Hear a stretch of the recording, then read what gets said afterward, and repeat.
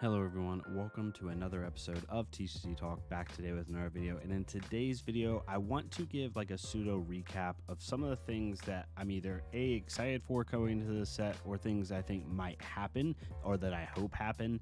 We've gotten enough of the Marvel instance now, and we know what she is, we know what the heroes are, and I think there's a couple things that I'm just hoping get revealed, and I want to talk about those. I want to get your thoughts as a community, what you've thought so far about the Marvel legendaries, like legendary instance and stuff like that. But we'll get right into it. If you're new to the channel, welcome. Thank you so much for stopping by. Hopefully you enjoy your stay. If you're a long-staying supporter, thank you so much as always. Feel free to check out the Discord down below, as well as the channel membership for access to a couple cool rewards and access to a great community. So we'll get right into it. And the one thing I wanted to say before I get into it, I have six things here, is a lot of people, I think rightfully so, it's okay to worry about this, are worried about the power level of the set so far with the legendary instance. And I have a couple things to say on that. One, don't worry about like what these cards do. If I had to guess, these cards are like an homage to the Japanese culture, to Asian culture, and I think that they're more just for eye candy for the set. There are a couple that could be used for sure, like the 3-cost like legendary ones, like the domain expansion ones. There's also a couple, like the card that gives attacks go again, I think is very good. I think just a couple other ones are pretty decent, putting cards back in your deck. But I think that these cards personally, because they're all Marvels, I think they're just an homage to that culture. And I think LSS wanted to flex their muscles a little bit on the artwork. I think you can tell that they put so much time into those Marvel instants with the artists. And I think that those cards, I would see these cards more as the thematic side of the set. I think we're going to get more powerful cards, and I wouldn't worry about that. I wouldn't worry about putting all these non-blocks in your deck or anything like that. They might be used, they might not, but regardless, they're going to be a thematical, amazing, artistical side of the set. So don't worry too much about it. That's just my opinion. The next thing I want to talk about, so I'm going to talk about a couple of things. I have 6 things here that are like pseudo, like I hope happen / I'm excited to happen, that I think may happen. And I kind of want to get your thoughts on as a community. And if there's any that I did not cover, please let me know. I just like talking about this set right now. It's really fun. Number 1 is a blue based ninja. I do think Zen is going to be a blue based ninja. A lot of the cards that have been revealed so far say if you've played a blue card this turn, transcend. And so if you're wanting to transcend, it seems like you're gonna have to play a blue card at some point during your turn, followed by another blue card, right? So I could see Zen being like his starters being blue, and not just like, so for example, Surging Strike, right? There's a blue version of Surging Strike, there's a blue version of Leg Tap, there's a blue version of Head Jab, right? There's blue versions of the starter, but they're not the main starter you want to play, right, of the color. I think he's going to have a starter that is legitimately the main one you play is blue, and I hope that's a thing. I would love to see a ninja that plays on a completely different color axis than the other ones, with Fi especially, and even Katsu. It would just be kind of a cool, different feel. The cards would be really awesome, and it would give like new life to the class in a way, to where you're still utilizing that combo mechanic, but you're also utilizing blue cards in order to do it. The thing about it, and this is me reaching a little bit, is yes, with the legendary instance and where they look, it does seem like if we do start turns with blue cards, there's gonna have to be either A, they're gonna have to be on rate somehow, with like what a red or a yellow would be, or somewhat close to on rate, or they're below rate technically, or on rate for a blue, but they can be above rate if you do certain things, like the chakra cards, right? I would love to see a blue starter for Zen. This is just a RAM thing, where it's a 0 for 2, but it says if this is the first card you've played this turn, it gets +1 go again, right? So all of a sudden it's a blue 0 for 3 go again that acts as a pseudo starter, right? I think that could be really cool. And then obviously it would turn on the effects of if you've played a blue card this turn, without like stunting your turn and making your turn extremely underpowered, right? So I think that could be really cool. Also, kind of a side Easter egg thing, I would love to see them expand on the Find Center line. I could see them doing that, right? Find Center cares about Zen State tokens. It is a blue bait. Its most powerful card in its line is blue.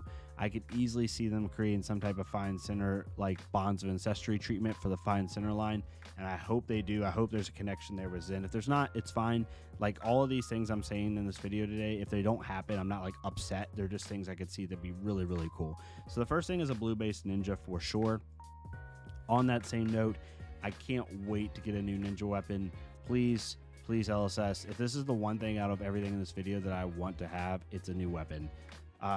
I love Kodachis. They're fun. I have 2 colorful Kodachis. They're my pride and joys. But I would love to see a good ninja weapon, right?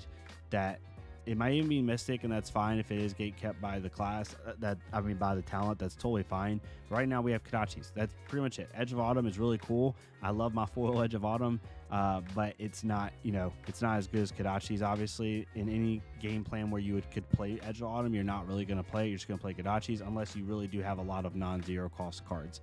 Maybe there is a world where Zen uses Edge of Autumn, who knows. But regardless, I would love to see that big, huge bow staff that Zen is holding. Please give us a cool 2-handed ninja weapon.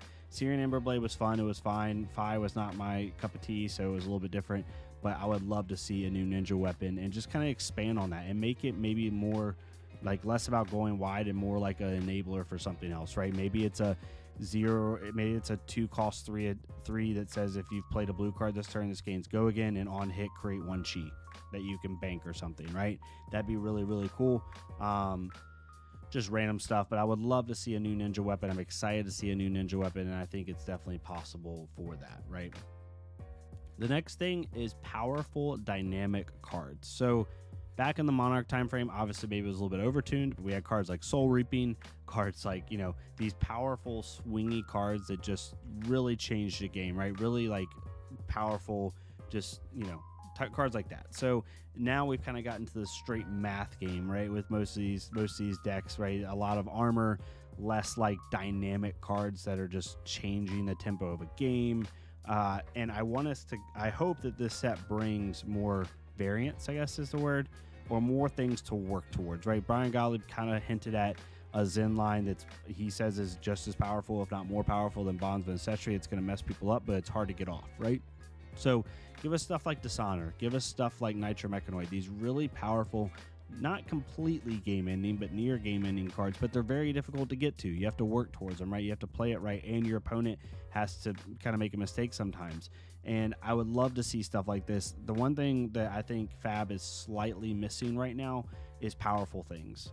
Cast Bones is another example. It's a little bit easier to get off, obviously, but I want to see plays like that. Like, I want to see people be able to do these crazy, nutty things. And Singularity is another one where you work towards this in-game thing that is just really epic and grander and creates a sense of like power in the game without breaking it, obviously. But I would love to see that. And I think the set could bring that. I think just the way they're talking about the set, I think there's going to be a couple cool, like the domain expansion cards where you just do this really cool thing. Maybe we build to a true form. Maybe these heroes transcend into animals or something. I don't know. Enigma transcends into a demi-hero. They're kind of hinting that with her reminder text in the article. So just more dynamic cards. I think they could be really cool, and I'm really excited to see what they bring with that, right? The next one is just heroes. I'm really excited about these 3 heroes, and it has nothing, I promise you, it has nothing to do with the fact that one's a ninja and one's an assassin.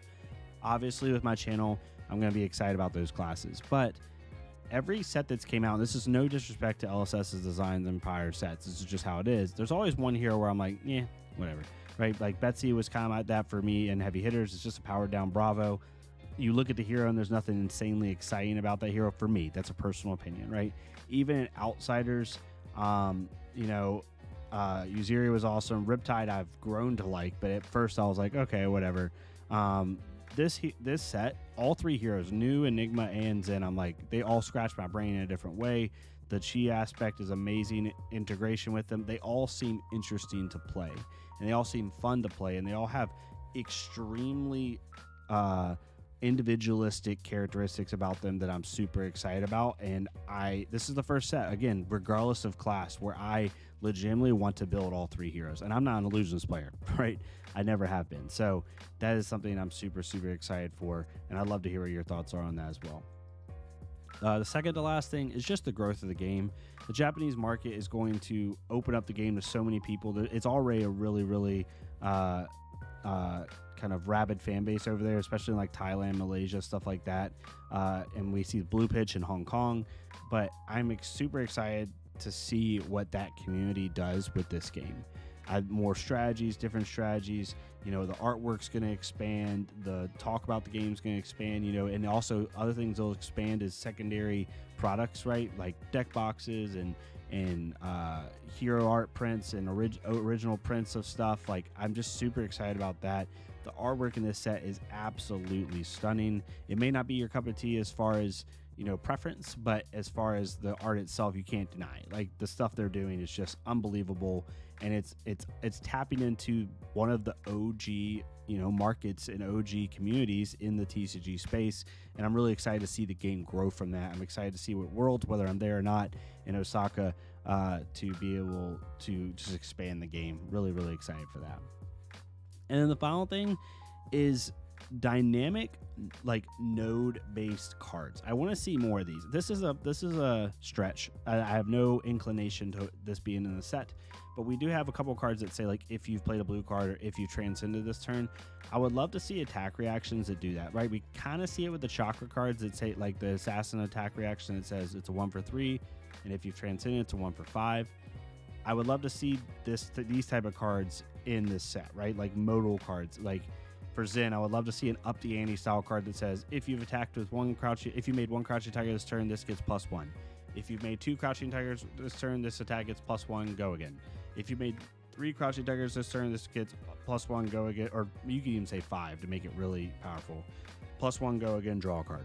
Or draw 2 cards, whatever, right? Something like that. More Tome of Firebrand stuff, more like, you know, Chain Link stuff, specifically for Zen.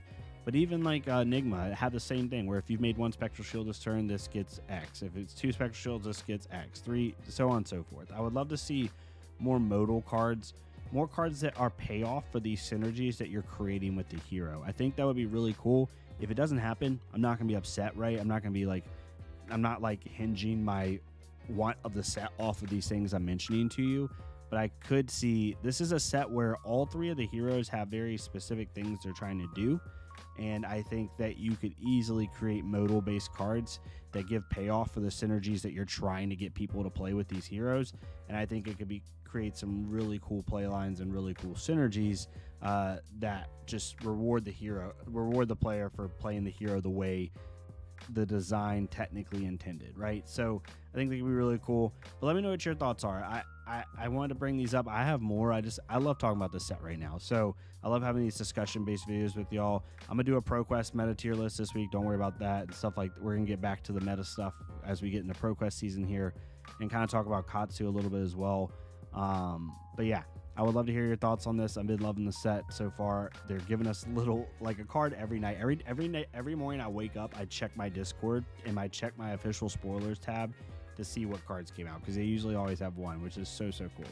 But yeah, thank y'all so much for watching this. If you like this type of content, please leave a like, comment, or subscribe. If not, me is totally fine.